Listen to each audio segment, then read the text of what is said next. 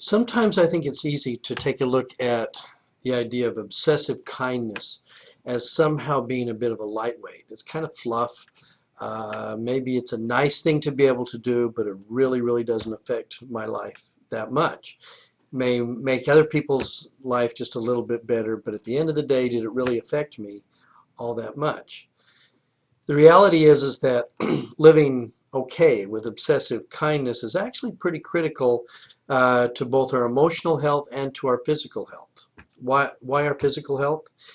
Because if, as we've discussed at other times, when we are in a stressful situation, that stress being regulated by the amygdala in our brain burrows down into the very cells and organs of our body. It directs stress chemicals to those different places. It regulates things like our blood pressure, our immune system, the palpitations of our heart, so that all of these things going on simultaneously in our body are being directed, and they're going to be directed at the cellular level, and they're either going to be in one of the two places. Either fight or flight is turned on or fight or flight is turned off.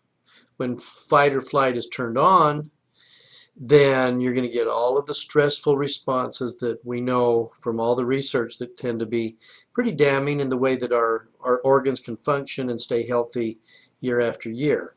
Repeated, regular, angry, anxiety, pain, stress slowly eats away at our organs and our cells and makes them age much more quickly, clogs our arteries with cortisol, causes our heart to grow because it's having to pump harder because of it's all constantly having to move the body around or move the blood around the body.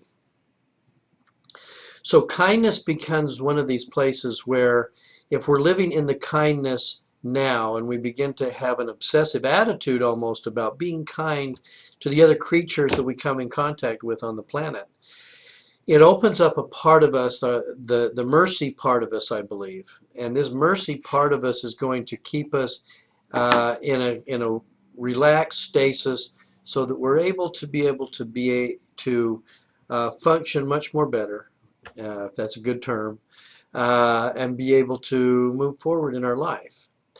Now, my experience, though, is that if we're not living with kindness, where are we living?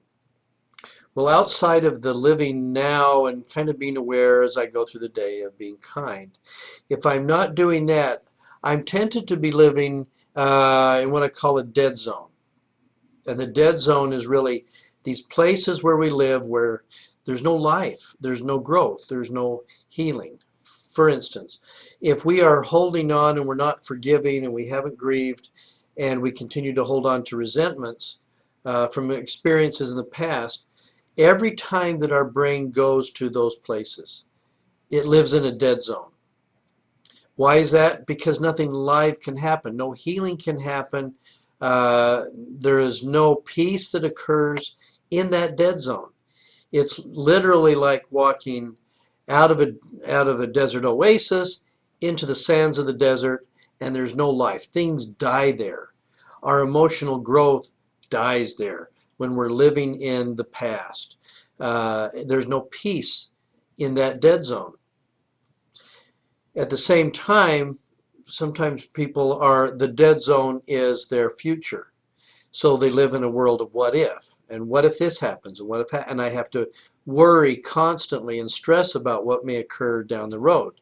So I'm going to live in a dead zone of the future, and it's all about worrying about things that haven't happened yet, don't know whether they'll happen. It's not necessarily a planning, because we need to plan and organize our lives, but it means being so worried about what's going to happen in the future that it's causing stress in the now. When we live in these dead zones, it's going to have the same effect as if it's reliving at that moment, because all the amygdala in your brain can do is take that input as if it were happening at the moment. The idea of obsessive kindness then is the ability to stay in the present, to open up that merciful heart of ours that leaves us at peace, to recognize the joy and the gratitude of those around us, And it's not just a matter of providing kindness for them. It's a matter of providing physical and emotional health to us. There is in a weird, ironic sort of way, there is a very selfish part to being obsessively kind and coming from the right place, that it puts us in a better place. And it is that area where we are now being kind to us, and we're allowing our body to function in a way that it really needs to be able to